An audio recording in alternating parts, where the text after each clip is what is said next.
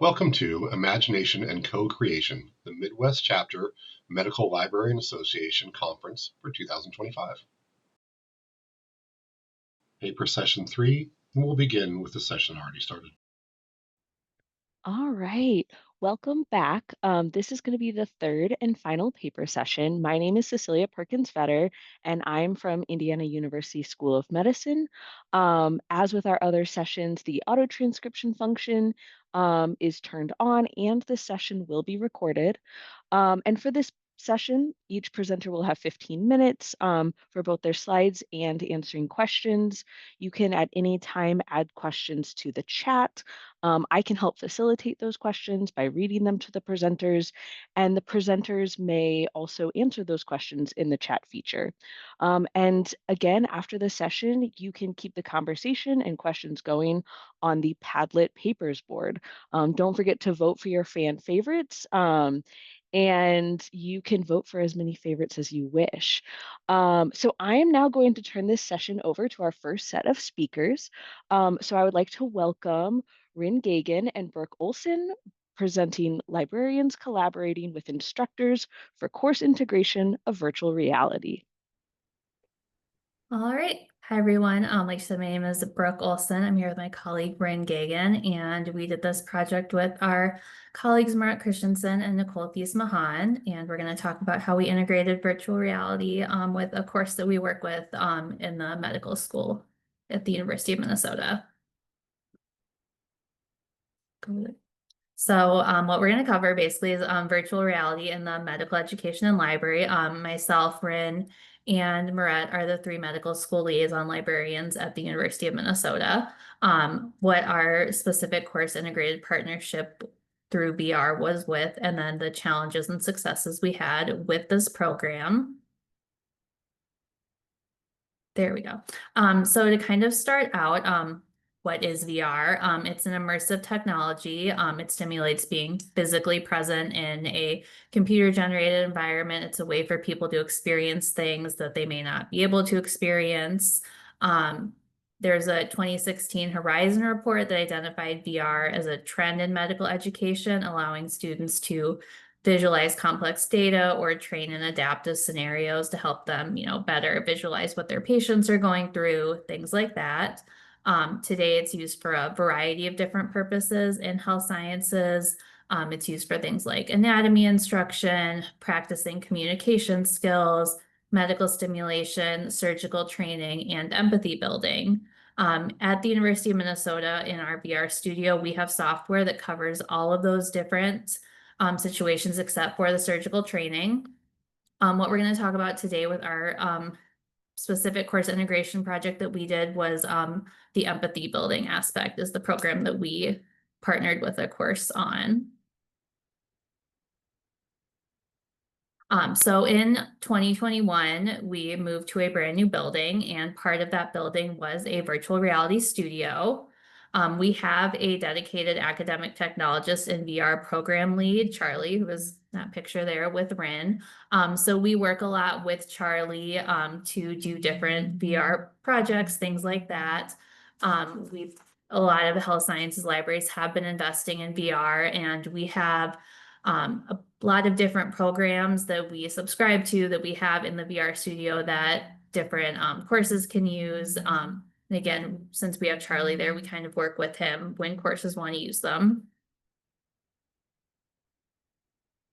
And so for the specific program that we did, Rin will go into more details, but what it does is they kind of have actors that are patients that the student interacts with when they kind of put on the virtual headset like you saw in the previous picture, so they can inhabit the patient's point of view.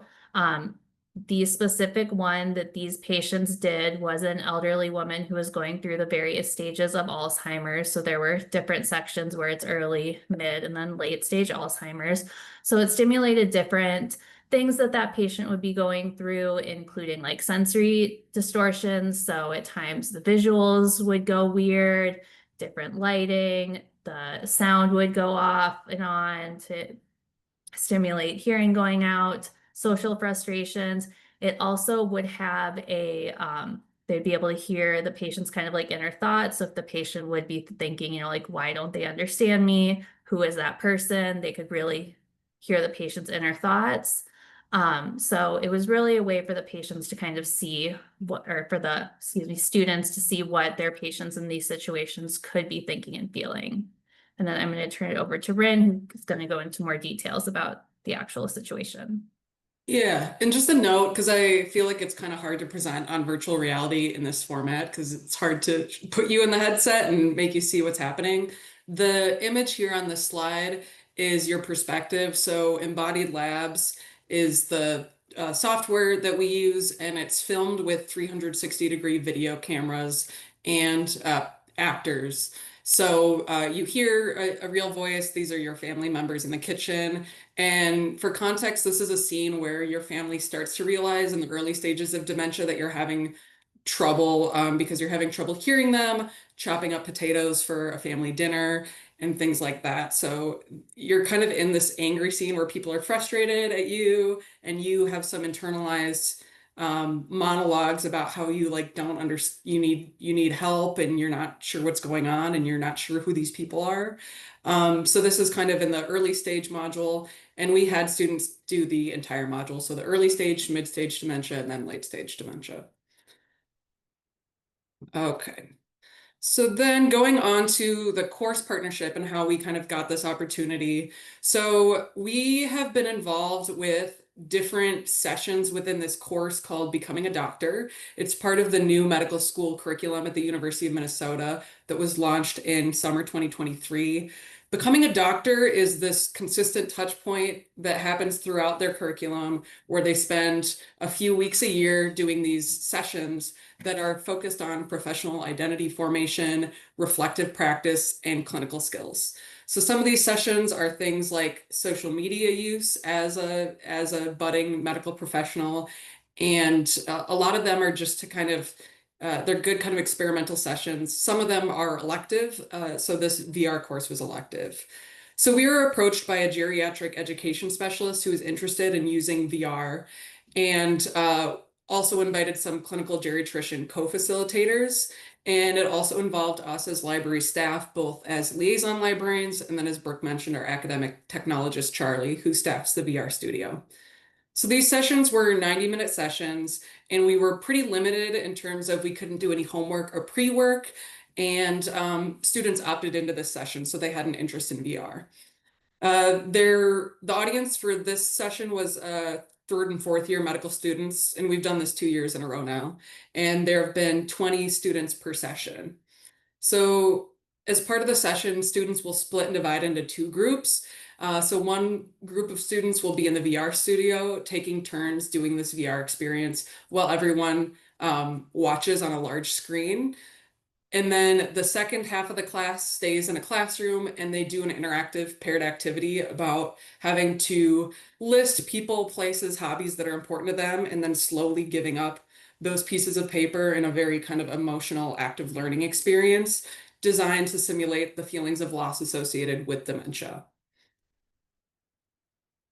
Some challenges we encountered throughout this process. So we've had the VR Studio for a while, and other courses have done partnerships, but this was still most of our students' first experiences with VR. Pretty consistently, if students have experience with VR, it's very minimal, and I would say about like less than 20% or even less than 10% have ever worn a VR headset before. So this was a great opportunity, but it also left relatively little time to allow students to acclimate to the technology, orient themselves to the technology. If you've ever worn a VR headset, you know that it kind of takes some finagling with the settings and learning how to use the controls. It's also challenging because at the time we introduced this class, the software Embodied Labs required the use of Leap motion controllers, which you can see in that image there. Leap motion controllers are a little accessory piece of VR equipment that allow for tracking your hand movements, and that it has to be plugged in with a USB-A port. Our only headsets that allowed a USB-A port are the Valve Index, sort of an older model of headset. It's kind of heavier, and they have to be hardwired to a particular computer. So now we actually have now Embodied Labs is available on other things like the MetaQuest headsets, but at the time this created a limitation. Going to the software side too, part of the challenge with doing VR coursework is that all of the software is purchased, maintained through third-party vendors for us. So we're totally reliant on vendors to fix bugs that do happen, update compatibility with different headset models, set pricing, the terms of our licenses. We only have so many headset licenses. So even if we wanted to scale up this course to using several headsets concurrently, we don't currently have the license that supports that. And we were really reliant and waiting for a while for Embodied Labs to make the software compatible with the MetaQuest headsets, which is what we mostly have. It also is some limitations with working with the medical school. So any course integration for us with the medical school curriculum really is, limited instruction time, limited expectations, rightfully so on what we can expect the students to do. So it also kind of created a situation where for timing, we had every student switch out every several minutes so that they took turns so that they could all get a chance in the headset. Some successes that we had is we were connected with a valuable instructor who we continue to work with for some VR coursework. We exposed most of the medical students to virtual reality for the first time. Students found the activities really emotionally salient and helpful. Something about, I have some problems with VR, but something about that really first person perspective and the really great acting in the modules allows students to really connect with what patients might be experiencing in a different way. It also allows us to show the variety of resources and tools we have available in the libraries. And it created a lot of public interest in our VR resources. And there was a major news story that came out at the Minnesota Star Tribune that turned into this little meme on one page here. I know my colleagues would probably, a couple colleagues joked that we should add it to the slides, so I did. So the kind of context that we're kind of thinking about, and feel free to ask us questions or continue conversations about this, is just the role of a librarian, especially when I'm sure many of you also have libraries with different types of emerging technologies. And this case highlights the library's role extending beyond just providing access to those technologies, but also as instructional collaborators, trying to use our experience to help develop impactful learning experiences with VR. There are great successful course integrations available, and the library can demonstrate ourselves as a modern partner in medical students' education. But it also creates a lot of, pressure, and a lot of libraries might not have resources to do this type of course integration. It also, there's a lot to go wrong. There's a lot to set up in terms of the technology access. So we're really lucky to have this space. This is a picture of our VR studio and how some of the students, you can see there are 2 students at a time in the VR headsets. And they're kind of the rest of the students who aren't in headsets are watching it projected on a screen. Thank you very much. If you're interested in this and you want to talk more, feel free to reach out to us. We also have a case report that was published this summer in the Journal of the Medical Library Association that goes into everything we talked about in more detail. So thank you very much. Thank you. Are you able to see the chat, or would you like me to read the questions aloud? I can open it right now. So yes, the people in the simulated environment, I think, are really, really great. How did we get buy-in with the med school curriculum, folks? Well, I'll tell you that some people value it, some people don't.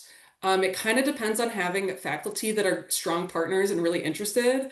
I think for us, the key to this was they were trying to figure out how to do geriatrics education. And I know that they had to apply a couple times to say, hey, no, this is really valuable. So that higher level approval is where it gets a little interesting. They can work at the medical school or the residency level.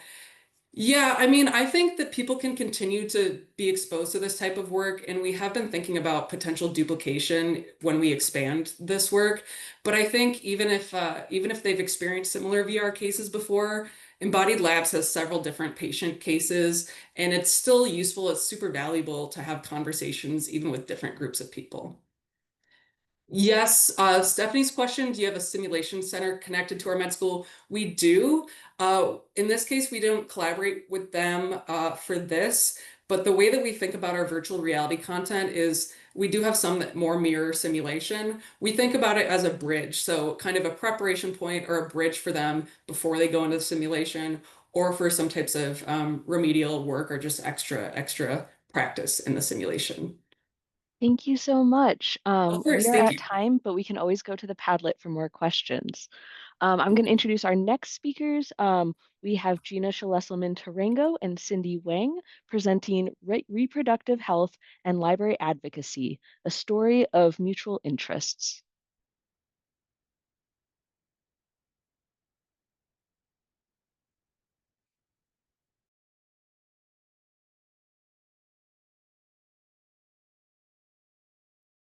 All right. Cecilia, can you see what I'm sharing? It looks good. Okay, wonderful. So thank you so much for the organizers of this conference. I know doing a virtual thing is a big deal, lots of moving pieces. I also want to thank everyone who's still hanging in with us at the end of day 2. It's been a great conference. So again, thank you for being here. My name is Gina Schlesselman Tarango. I am a science librarian and associate professor at Grinnell College, sort of in the middle of Iowa. And I'm going to be presenting today with Cindy Wang, who is a second year student at Grinnell College. She is a biology and sociology major. So I think I can speak for all of us in saying that we're excited to have a student here presenting today with us. Today's talk is really going to reflect a collaboration and a work in progress between Cindy and I. We're working on a directed study where Cindy gets 2 credit hours and she's helping me with some research that I'm doing. So I'm going to sort of start us off, and then about halfway through, I'm going to pass it over to Cindy to talk about the piece that she's contributing to this project. So, what even is 2025? A question we're probably all asking ourselves.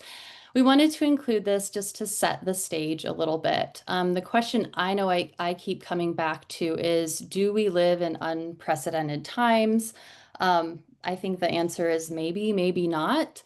You can see here listed just a few of the things that we're all experiencing, including censorship, the politicization of science, this lack of trust in experts and expertise, a proliferation of health misinformation, and really targeted attacks on libraries and public institutions, including our school librarian colleagues. All of these also intersect and have some impact on the work that we do as librarians and information workers. And I think in the medical library context, we're feeling some of this more than others. And in my case, in the science librarian context. I also want to stress that this, of course, is not an exhaustive list of everything that we're experiencing. Dr. Walker touched on a lot of this and more yesterday in his fabulous keynote. So some of the things I don't have listed here include this pulling or cutting of funding around ideological lines, the targeted attack on DEI, etc. So given what we're facing, Cindy and I think it can really be productive to look back and see what others who have experienced similar things in the past, how they maybe didn't find their way out of, but found their way through. And so in addition to being a librarian, I have a background in research and gender studies, and I teach in Grinnell College's Science, Medicine, and Society concentration. And one of my interests is reproductive health, and in particular, how infertility intersects with what I call information work. And so this is all to say that this research has led me to the Boston Women's Health Book Collective, which, if you're not familiar, was a second wave feminist group that is most known for Our Bodies, Ourselves. And so on this slide, I have the founders of the collective pictured here, and to the left is the cover of the first edition of that book. If you're not familiar, this was a book by and for women produced in response to how women found themselves being treated in the doctor's office. That's a very short story. You can ask me questions about that later if you want to know more. The first edition of this handbook was published in 1970, and they have published various editions, I think through 2011 was the most recent one. It is really difficult to understate the collective and the handbook's impact. It's also important to note that the collective, like so many of the second wave, was really an organization that was plagued by racism and white feminism. So Cindy and I don't want to hold up their group or their organizing as a shining example. But Our Bodies Ourselves really does provide a fascinating glimpse into not only the evolution of the second wave feminist take on health, but also it can tell us a lot about what censorship looked like 40 plus years ago. So, Our Bodies Ourselves was controversial. It really was unabashed in its discussion of sex, sexuality, body fluids, childbirth, and so on. And so this meant that it was the target of the moral majority. And so, if you're not familiar, the Moral Majority was an actual organization founded by Jerry Falwell, who was a Baptist televangelist. And you can see him pictured here on the right next to none other than President Ronald Reagan. This photograph is from the 1984 Baptist Fundamentalism Conference. The Moral Majority, Falwell founded in 1979, and the goal was really to move the religious right into politics and vice versa. I think it's also germane here to mention that the Moral Majority was a spreader of health misinformation, even if that's maybe not what we called it then. So they, for example, asserted that AIDS was a punishment, right, for what they called sin.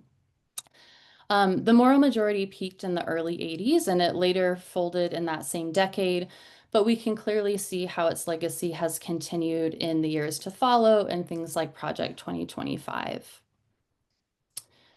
Falwell himself, surprisingly or unsurprisingly, described Our Bodies Ourselves as obscene trash, his words, and he led a campaign against it, leading it to being banned in some schools and public libraries. I knew about this, but I really was pleased to find a 1981 article. When you can see the first page pictured here, this was published in Library Acquisitions, Practice and Theory, which is a now defunct journal, but it was written by two founders of the Boston Women's Health Book Collective, and it was addressed from one ally to another, the allies being those in the what they then called women's health movement, what today we might call reproductive health or reproductive justice movement, and the other being folks in libraries.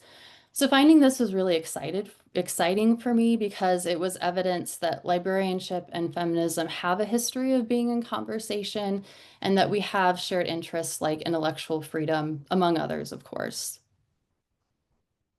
So in this article, the authors detail how the new right was using censorship to target institutions meant to serve the public good, and they outline the many tactics used at this time, be it stealing books from library shelves, intimidating librarians into self-censorship, developing organizations claiming to represent parents and parents' interests, organizing letter campaigns, securing speaking slots to read excerpts from Our Bodies Ourselves out of context, and attacking the moral character of those who defended Our Bodies Ourselves and other controversial books.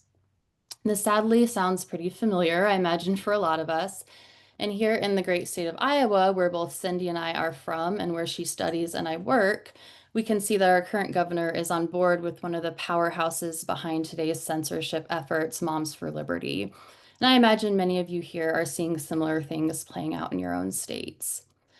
So on that note, I'll now turn it over to Cindy to talk more about what she has found through her research. And she's been focusing on how we're seeing these same things play out today around sexual and reproductive health information in not only familiar, but perhaps new ways, given that, of course, we're in a very different information environment than we were in 1981. Hi. So, censorship today can be visualized and broken down into these categories: who, what, why, and how. So, in several states, especially like Florida under Governor DeSantis, conservative lawmakers and political advocacy groups like Moms for Liberty and the Heritage Foundation are driving current efforts. These groups network with local school boards and state officials to push policy changes. That looks like book bans and the removal of school library materials, often surrounded around LGBTQ plus themes, race, and sexuality. At the federal level, we've also seen information access restricted, such as reproductiverights.gov, the evening of President Trump's inauguration, which limited access to contraception and abortion information. So, the rationale is parental rights and protecting children, which is rooted in traditional or religious values. And these supporters framed certain books as anti family or contrary to Christian beliefs. And they argue that parents should have more control over what kids can access in public schools to protect their innocence. So, an example of tactics used is biased book ratings to speed up these bans. The ratings look official, but in reality, they're not transparent on who rated the book, what criteria is used, or any other context like that. Then these challenger groups copy these reviews and they frame them as sexually explicit, obscene, anti-family, and then they put them into complaint forms, which causes book removals from teachers or librarians who are afraid of the consequences if they don't. So ultimately, censorship today is a combination of advocacy groups, legislators, and rating tools that shape what counts as acceptable knowledge. Thanks, Cindy. So clearly, this is not only pretty depressing, but it's also not new to a lot of us. But like Dr. Walker, we feel it's important to really shine a light on this, and in particular, the reproductive health and sexual censorship attempts, given that these are the sorts of materials that are important to us as our work as science and medical librarians, and also just like people with bodies, right? Um, I also think that we can take courage and perhaps direction from those, like the founders of the Boston Women's Health Book Collective, who have encountered similar attacks in the past. I also think it's just helpful to know that this is not completely new, right? There might be new flavors, but we've seen some of this stuff before. One of the things that Sanford and Duress, the founders who authored that article, I pointed out, one thing that they stress is the importance of celebrating and publicizing failed censorship attempts. So, being that Cindy and I are in Iowa, and I'm sure some of you are familiar with this group, I have a screenshot here of the founding members of Annie's Foundation. And they're a fabulous group here in Iowa that does a lot to resist censorship. And they are like on top of any time Moms for Liberty fails and are actively sharing that information, celebrating the wins, and also the fact that like we're not alone as librarians and folks in Annie's Foundation. Like a lot of people share the same values as us. One thing that I also really like about Annie's Foundation is that they, as you can see here, they're clear to state that it's run by 6 suburban moms. So they're taking that mom piece that you see with Moms for Liberty, like rooted in parental concern, and really flipping it on its head. Um, if you look at reproductive justice as laid out by Sister Song, they have various tenets, and one of those is parenting our children in safe and sustainable communities. And so I also like to stress that parenting for Sister Song and reproductive justice framework is very expansive. So even though Annie's is like calling on this idea of motherhood, like anyone can mother, anyone can parent, right? And so like it's sort of a collective duty to make sure that all the children around us, all the people around us have the information they need. Sanford and Duress also stress the need to identify other groups and allies who have shared commitments. So for those of us in academia, this could be a union or the AAUP that prioritizes academic and intellectual freedom. Of course, this could be reproductive justice organizations that prioritize the need for youth to have access to quality, accurate sex ed. And of course, it could be our colleagues in public libraries and our teacher friends. It could also be the many efforts we're seeing around preserving information and data that the current administration has removed. Cindy mentioned one. Another one I always like to mention is the Sexual and Gender Minority Research Office. They have a reconstructed website, or folks have reconstructed the website, which was an office that many of us know was working with the NIH up until of January of this year as the administration changed over.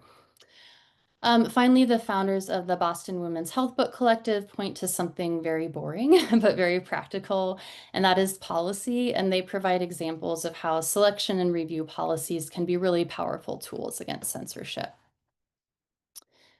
So we will end today the same way that Sanford and Duress ended their address to the library community. We must lose no occasion to demystify the true thrust of these banning campaigns. Knowledge is power.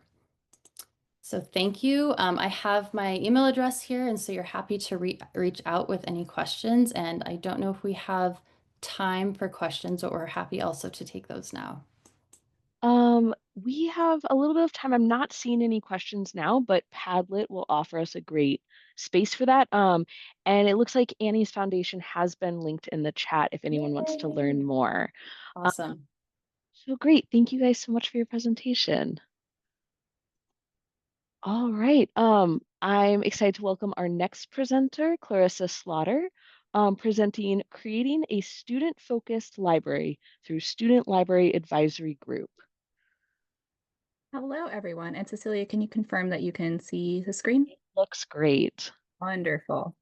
All right, so my name is Clarissa Slaughter, and I am the Education and Curriculum Librarian at Rosalind Franklin University. And today I'm going to be talking about creating a student-focused library through a student library advisory group. And to start off our presentation, I'm curious either through the chat or reaction, how many people here have a formed student library advisory group?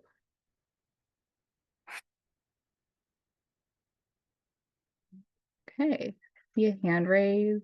Great.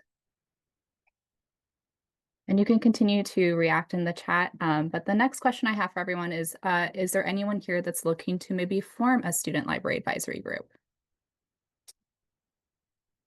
Okay, a couple people as well. That's great to hear. And I will have my email address at the end, and we'll be checking the Padlet. So I would love to connect with you after the presentation. So to get us started here, we are going to first discuss our background and our experience informing our student library advisory group. Moving forward, I'm going to be referring to it as SLAC, or a Student Library Advisory Committee. That's what we refer to ours as, but they are called a number of different things. And then we're going to talk about some of the steps, hurdles, and future plans when organizing our SLAC. To do that, we have this split up into 3 different sections. So our first section is going to be discussing forming a student library advisory group. Then we're going to move on to talking about collaborating with SLAC and then putting student feedback into action. To give you some background on our university and our library, Rosalind Franklin University of Medicine and Science, or RFUMS, is a small graduate health sciences university located in North Chicago. We serve just over 2,000 students across 6 colleges. Those 6 colleges include the Chicago Medical School, the Dr. William M. Scholl School of Podiatric Medicine, the College of Pharmacy, the College of Health Professions, which has a number of programs, including our physical therapy program and our physician's assistance program, just to name a few, our newly established College of Nursing, and our School of Graduate and Postdoctoral Studies. Our background for our Student Library Advisory Committee is that it was established a little over a decade ago. I came on in 2020, so I've been with Rosalind Franklin University for 5 years now and have been co-chairing our SLAC ever since. Our SLAC is co-chaired with myself and our Library Associate Vice President, Charlotte Beyer, with collaboration from our Library Associate Director, Carol Inghe. And our SLAC was established for a number of reasons. Namely, we wanted to strengthen our student relations and, of course, create a student-focused library.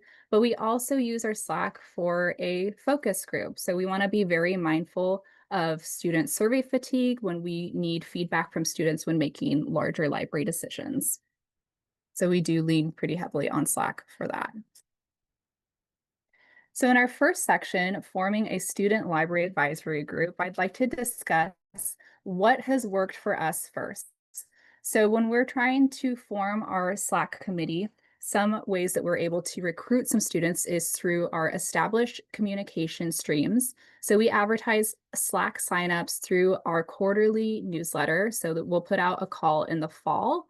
Our fall newsletter is usually focused on how students can get started with the library resources, and how new faculty and staff can also get started with the library. This has traditionally been our most successful avenue to get students interested in SLAC. Now, sometimes we don't get full representation of all the students that we're looking for. And to give you just a little bit of background on what we're looking for when we're establishing our Slack is we're looking for at least 1 to 2 students from each of our colleges in their first or second year of their program. So when we're not able to get the full scope of representation that we're looking for from our newsletter that we send out at the beginning, we do look to a couple different partnerships that we have. So we reach out to our current student workers, because what better students to reach out to than students that are already interested and involved in the library and sometimes looking for additional ways to get involved.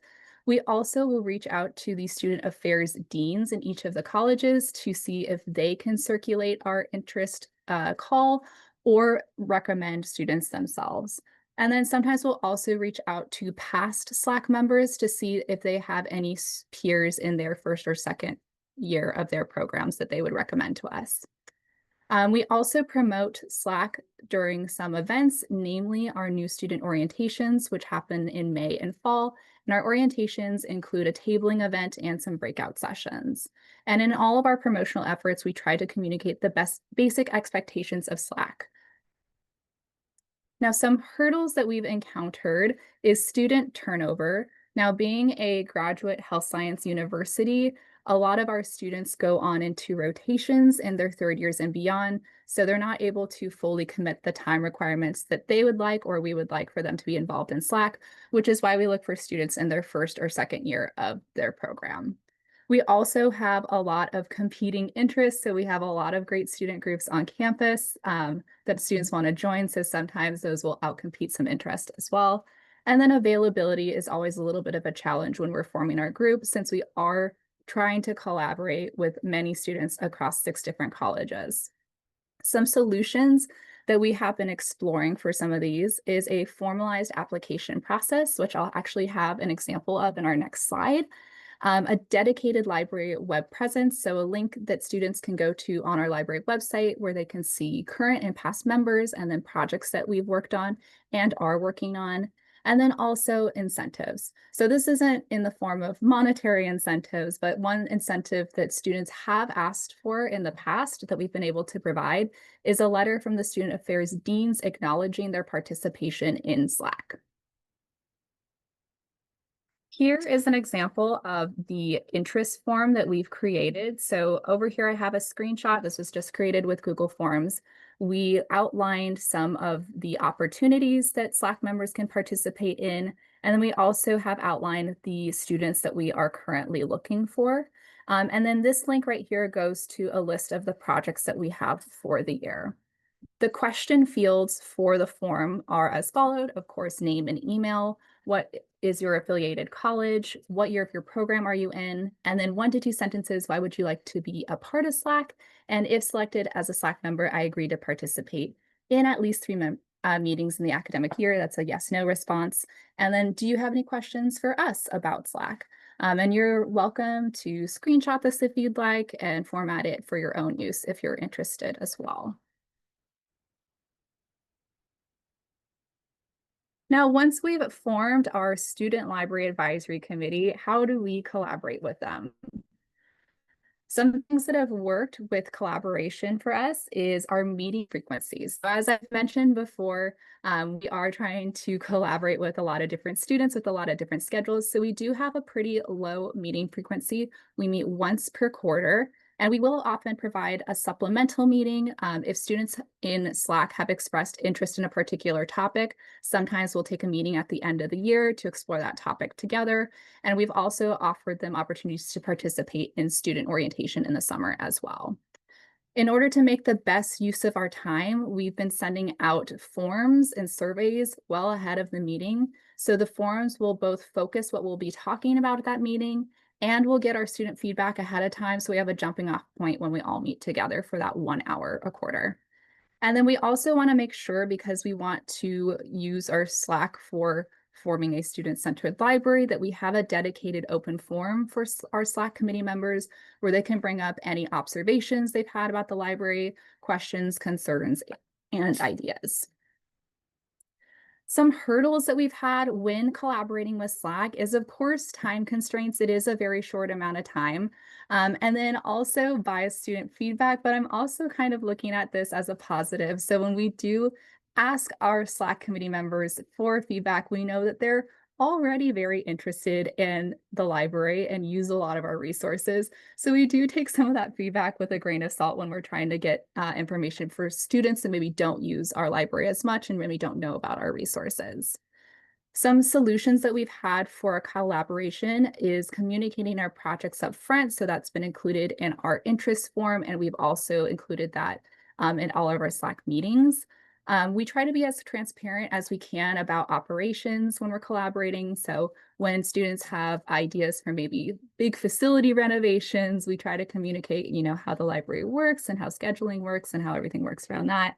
And then we also bring our observations of what we see in our students to Slack to kind of get both perspectives of feedback. Some ideas that we've had and projects that we have for collaboration this year is we are involving Slack in an interactive prompt notepad, which we're going to have for our campus's student wellness weeks. So we're getting some ideas for prompts that we can ask students that are centered around wellness for this, that they're going to be changing out throughout wellness weeks. We are also piloting a seed library. So we're getting some feedback from Slack on how we can get students engaged in that. And then we always get feedback from Slack for kinds of instruction we can offer, drop-in session, and more asynchronous options, and then resources and space design that we can provide. Now, once we've been able to collaborate and get some great ideas from Slack, how do we put that into action? So some things that Slack has done or we've been able to make actionable through feedbacks that we've gotten from Slack is resources. So we've acquired more whiteboards based on Slack feedback, external DVD players, because there was one specific class that needed students to watch DVDs, and who has a DVD player anymore? So we got some of those available for checkout. We've also gotten 24-hour study packs and outlets that students can check out, because that was a facilities request that they wanted more outlets for their laptops. For space, a couple of years ago, we had an architecture firm come to our campus to pitch some renovation ideas. And they had some very beautiful ideas of an open concept library, but we were able to utilize our Student Library Advisory Committee to give them feedback that students were interested in some collaborative areas, but more solo study areas. So the student interests competed with what their idea was. Policy, we use Slack for policy around noise, space usage, and checkouts. Instruction, we want to make sure that we are providing instruction that students are interested in for our drop-in sessions. And then events and outreach. As I mentioned earlier, we have been involving our Slack members in some of our established events. One thing that we were able to create in the past was an affirmation banner. So we had a banner in our library where students could put affirming post-it notes and change those out throughout the quarter. A couple hurdles that we've had with making things actionable: budget, always budget, and then of course managing student expectations. Sometimes our students have really great lofty ideas, but we have to kind of scale those down a little bit. And so our solution for that is just always looking for creative and collaborative compromise. Some examples of a student idea that we were able to make an actionable item through some compromise is 24-hour access to checkouts. We were able to create a study pack with low cost items that students could check out all throughout the day, which included chargers, markers, and erasers. Students would love a cafe in the library. That's not possible within this year. So we have allowed students to eat in the library as long as they clean up after, and we've provided Clorox wipes on every table for students to be able to do that. And our Slack has also expressed interest in planning their own event because we do have a lot of time constraints with them. We've been trying to get them more involved in our already established events. And if you would like to reach out to me for any questions about forming a student library committee, or if you have a student library advisory group, I'd also love to hear from you. My email is located at the bottom here.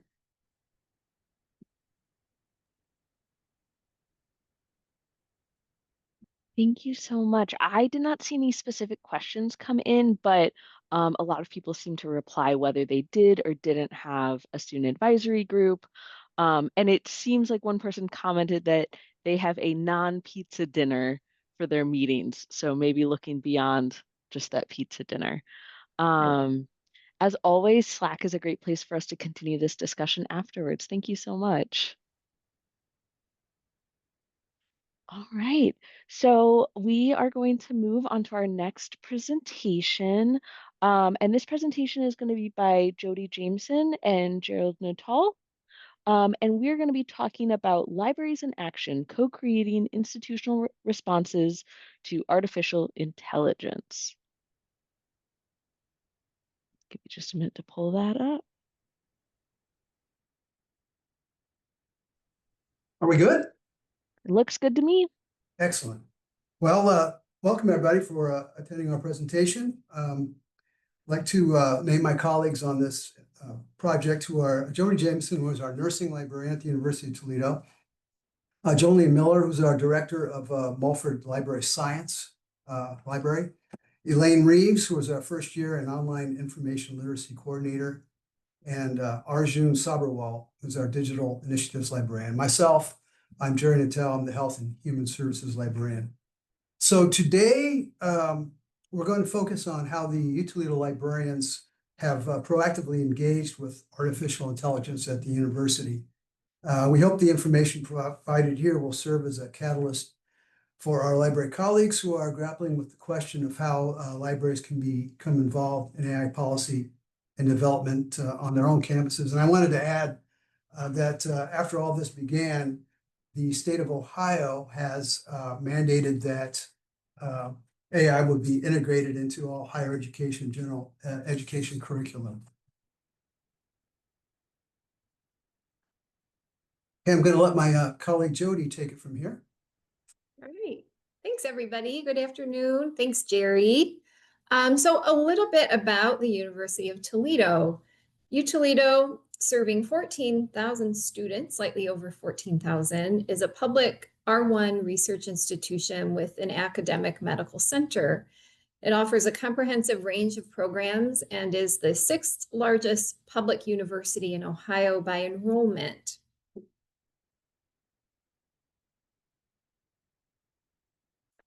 The subject of artificial intelligence in higher education, and particularly librarianship, is inescapable, of course, and has launched innumerable seminars, webinars, blog posts, lectures, articles, monographs, and discussions among colleagues, as you all know.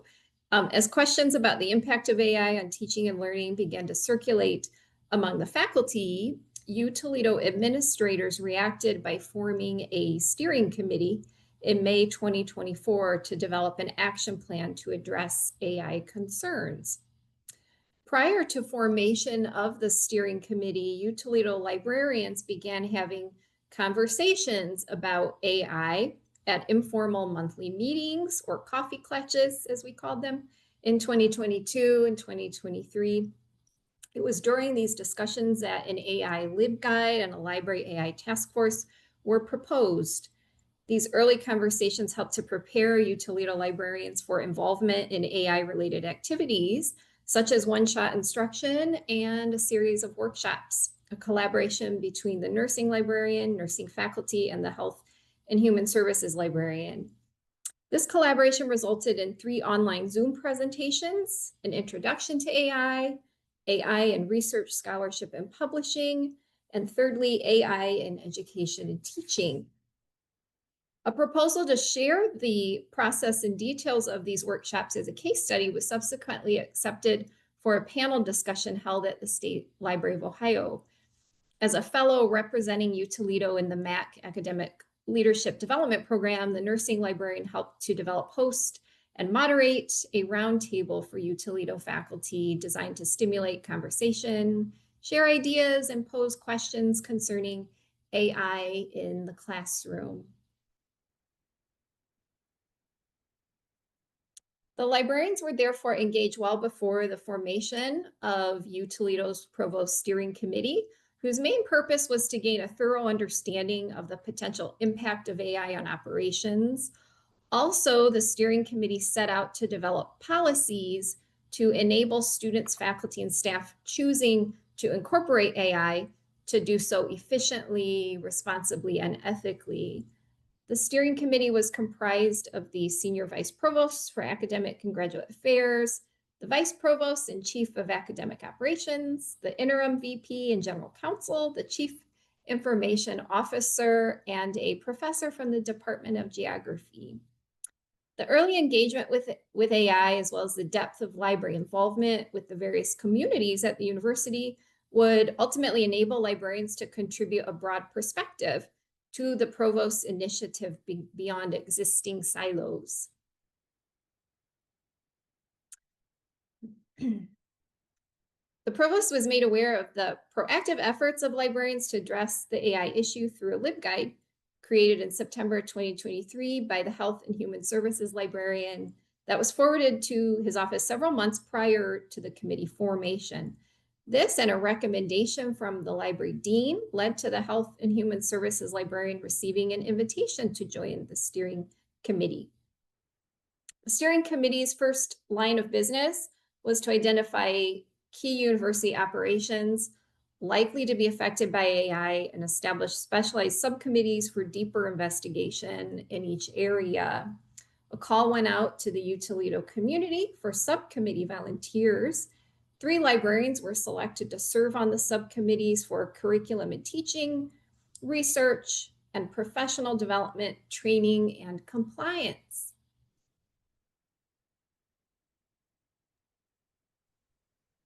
Thank you, Jody.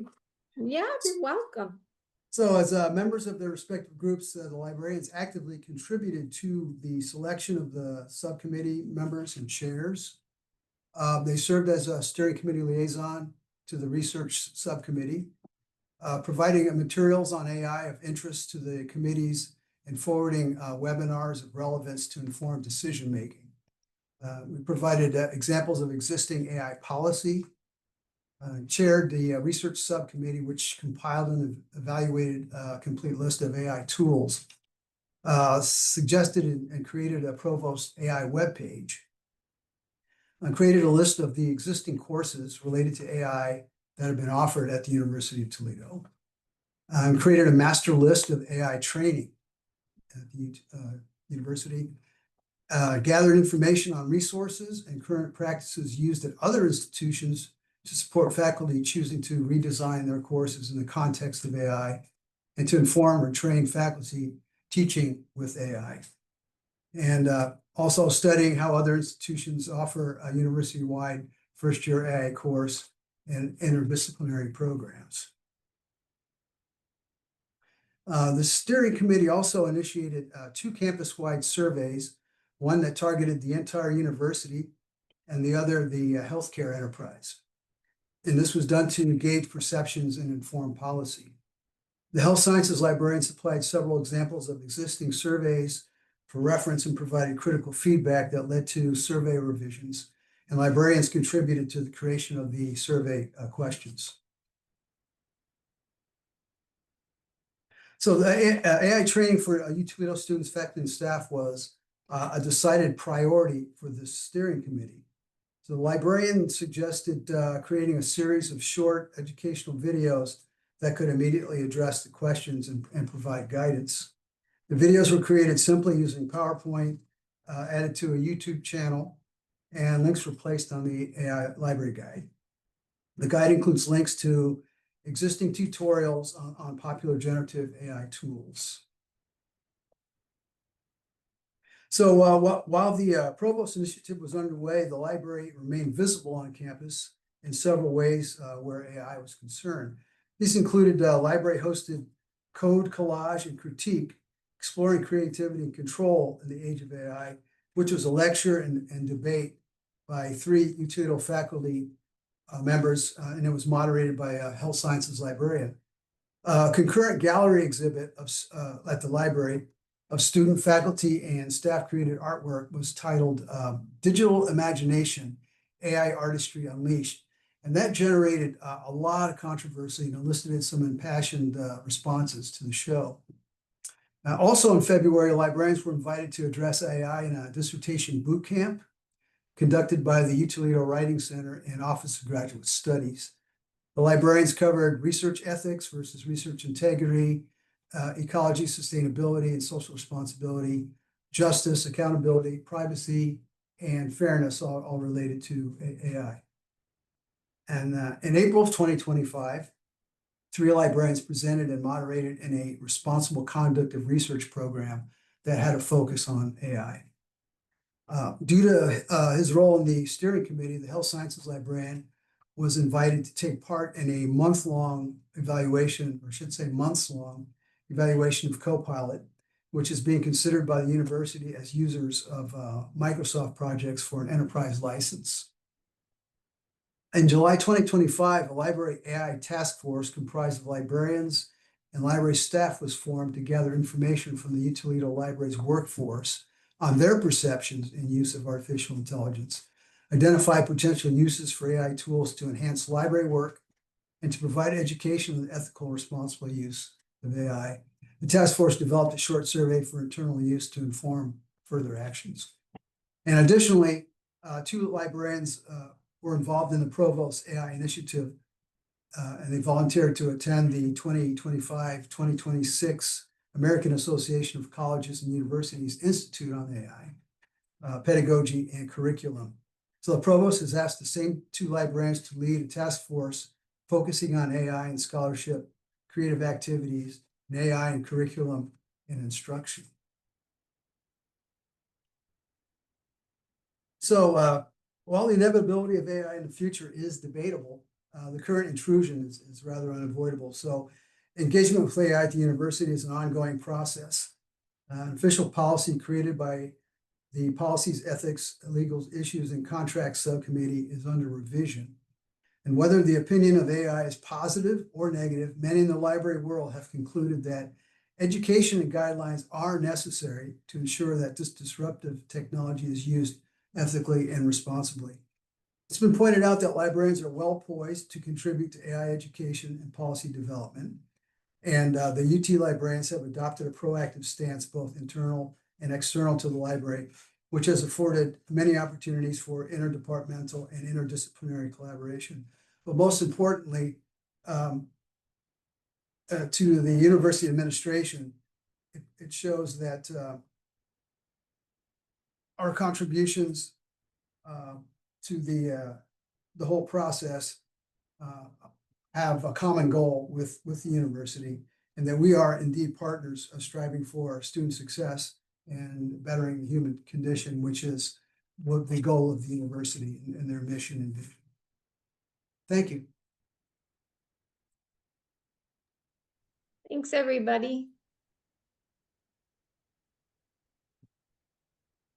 Thank you so much. I'm not seeing any questions, but we do have a little bit of time if anyone wants to put one in the chat.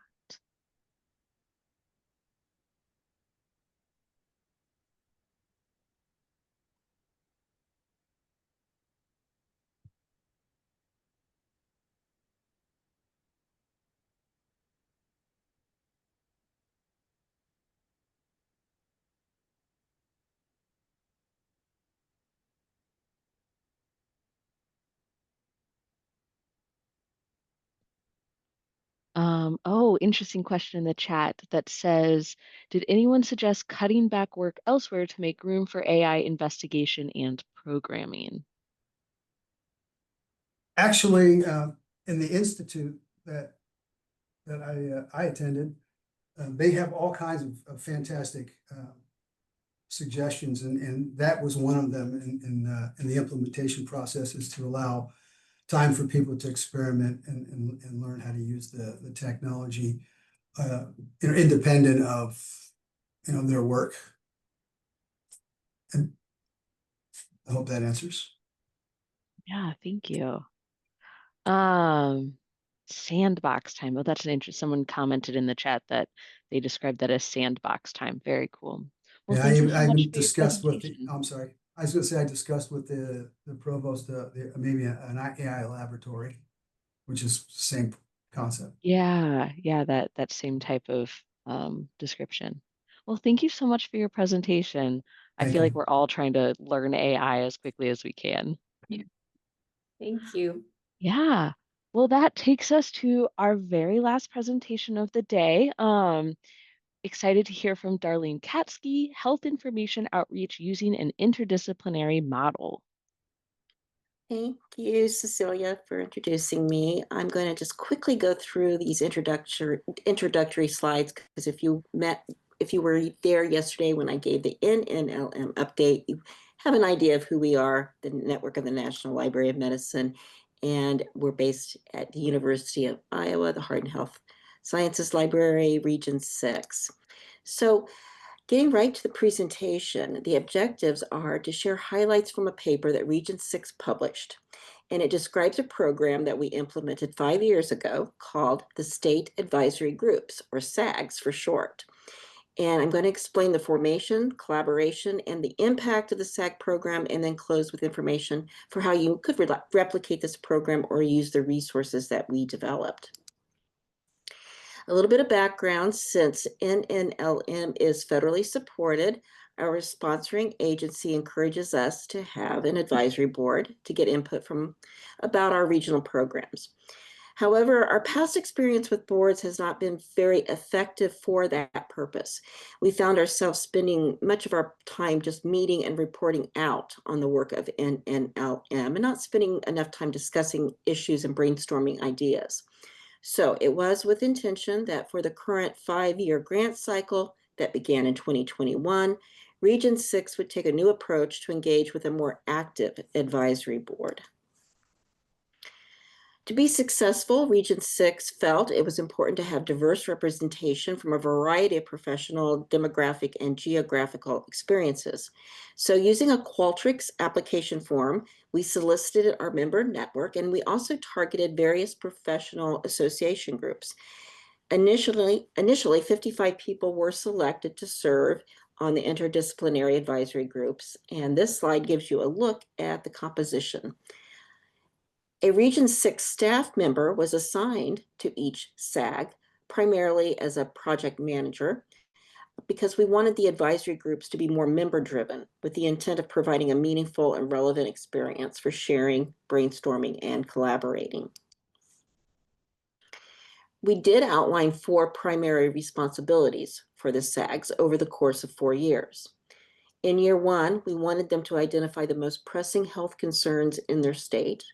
In year 2, we wanted them to create an action plan to address one of those identified health disparities. And then for years 3 and 4, Region 6 would help each SAG implement their action plans to produce a health information resource or a program to share with their communities. So beginning in early 2022, the SAG started holding quarterly meetings via Zoom, and the first task, as we mentioned, was to identify the most pressing health concerns in their state.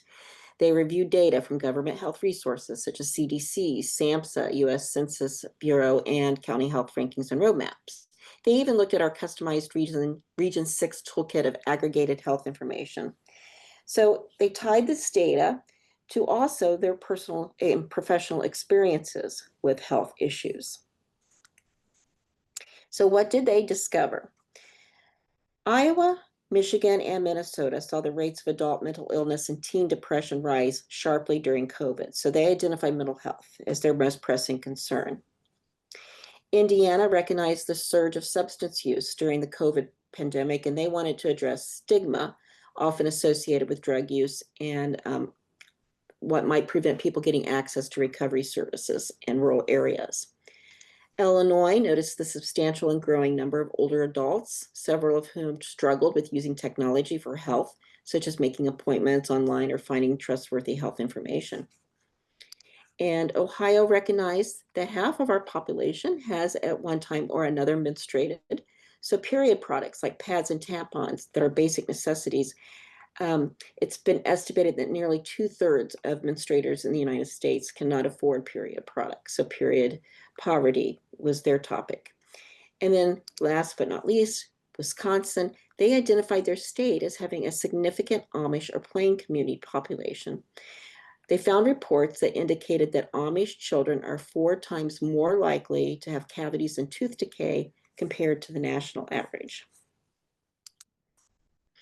So after the SAG members agreed on their state-specific health information need, it was during year 2 that each state advisory group implemented an action plan, and they used a logic model. As this Michigan SAG logic model shows, they framed their plan looking at the inputs, outputs, and outcomes. So in other words, what resources would they need to create a deliverable to achieve outcomes? They, in this example, needed funds to develop a mental health resource kit designed for librarians so librarians can better understand and respond to their library patrons. So in years 3 and 4, the state advisory groups were given a budget of about $10,000, up to $10,000, to work with Region 6 staff and community partners to turn their action plans into activity books, infographics, videos, toolkits, guides, and community events, all to expand health literacy and to advance equal access to biomedical and health information, which is the mission of NNLM. They also built in approaches for dissemination and sustainability. We wanted to make these materials openly available, so they're published on open access platforms. And many of the SAG members shared their projects at association meetings. So here is an overview of their final projects. Michigan did contract with a professor of social work to create a training toolkit using case studies to help library workers recognize, understand, and respond to mental health issues in the library. Minnesota SAG partnered with the National Alliance of Mental Illness, NAMI of Minnesota, to translate their handout, Crisis and Mental Health Resources handout, into the languages of Hmong, Ojibwe, Somali, and Spanish. Iowa SAG created a toolkit for helping communities partner for mental health programs using evidence-based strategies, and this toolkit is published on our Region 6 website. Indiana SAG contracted with Dr. William Cook. He's a physician who wrote a book about managing the largest HIV/AIDS outbreak in rural Indiana. He gave community talks throughout Indiana about substance use and recovery resources. Illinois SAG subawarded with Northern Illinois University School of Nursing to send student nurses to assisted living residencies to engage older adults for health information using smart devices. And Wisconsin SAG collaborated with a dental student, a graphic artist, and an Amish community to create a family-friendly health activity book describing the importance of brushing and flossing. Ohio partnered with Aunt Flo, a Columbus, Ohio company, in order to raise awareness of period poverty and provide health information.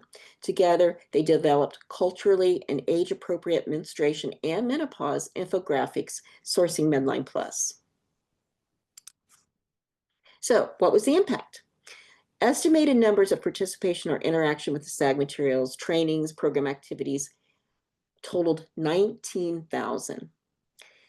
We think this number is so high because our SAG members and our new partners helped us expand outreach. So for example, by contracting with Aunt Flo, we found an extended audience for menstruation and menopause, primarily because they designed and published the infographics on their website. The Google Analytics shows that the Know Your Flow microsite was accessed 14,000 times by 2,500 users. The SAG program surprised us in other ways too. Law enforcement officials and circuit judges came to Dr. Cook's talk. That's not our regular audience. And through this program, Region 6 connected with an independent film director who produced a documentary called The Addict's Wake. We were able to partner with her in order to share more information about substance use. NAMI of Minnesota was approached by a St. Paul marketing group who wanted to publish the crisis handout in their theater brochure. And this information reached more people beyond any official counts that we can gather. And because of the reputation of Aunt Flo, Region 6 was able to partner with the State Library of Ohio to extend programming to 15 public libraries throughout the state. Bendina County District Library wrote, "Getting a Cleveland Clinic OBGYN to present on this topic is amazing." And then a survey of the Northern Illinois University Older Adult Program revealed a nursing student reporting, "The STILL project has been such a great learning experience for me as a student nurse. I felt like I was able to learn more about how our community projects are developed and how it can impact the vulnerable populations." So what did the SAG members think of their experience? We asked them. So we collaborated, Region 6 collaborated with the NNLM National Evaluation Center, NEC, located at Northwestern University in Chicago. And together we created a red cap survey. Over a 2-week period, emails were sent to 71 advisory group members, and our response rate was 56%, which we thought was very good. Also very good was the overall satisfaction rate. It was 7.5 out of 10. So although our members found the state advisory group to be worthwhile, as evidenced by high satisfaction scores, we did derive some insights for improvement. One being meeting frequency. In our plan, we had arranged for quarterly meetings, but our members reported that quarterly meetings just were too infrequent for the goals that had been set. In the future, we would recommend asking the members to give us the input and about when and how often we should schedule meetings. Intersag communication. Members really valued networking with the interdisciplinary group. They were meeting people that they don't normally work with. They liked it so much that they requested more interaction and information sharing with the other state advisory groups. Well, we just didn't really have that in our plan to have inter-SAG gatherings. But at the very end of year 4, we did assemble all the state advisory groups together and had a celebration and acknowledgement and sharing of all of the projects. Next, group facilitation. One SAG member reported that their state's group had not all agreed on the direction that their project had taken. Now, this feedback is important. It highlights that we should probably improve group facilitation training if the group does not have that. And project management. It's amazing that all these action plans and projects were completed on schedule. And this was despite the NNLM Associate Director, who initiated the program, leaving early in the cooperative agreement. So his departure kind of disrupted the coordination and processes and procedures, but we prevailed. And from that experience, we would recommend developing a contingency plan for any kind of leadership changes. So what was our overall takeaway? The staff agrees that managing 7 interdisciplinary state advisory groups over 4 years was more work than anticipated, but the benefits far exceeded our expectations. Each SAG provided insights into health needs otherwise not easily identified. They helped create these community buy-ins and introduce new partners to Region 6. The targeted projects and the partners expanded health information to really hard to reach populations such as the Amish or older persons living in residential centers and small rural communities with significant substance use and mental health needs. So in conclusion, did the SAGs meet our aims? And our answer is a resounding yes. So if you would like to learn more about our SAG program, we published a report. It's hot off the press. You can access it by downloading the QR code or taking a screenshot of the QR code on the screen, download the report. In the report, we republish or link to all the state action plans, final reports, survey questions, presentations, and all the materials that the SAGs created. And last but not least, since it is impossible to recognize all the amazing people who contributed their time and expertise and experience in just one slide, the report acknowledges everybody and the current Region 6, the former Region 6 staff, and all the SAG members. So that concludes my presentation. I'm available to respond to any questions or your comments.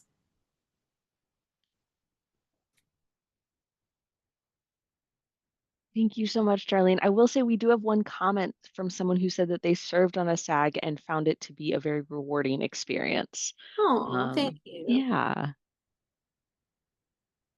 But thank you so much. I am not seeing any other questions right now, but I think that was really interesting. I always love hearing about places that provide free menstruation products. Well, I think that we have about a minute or two, but I think we are wrapping up on this final paper presentation.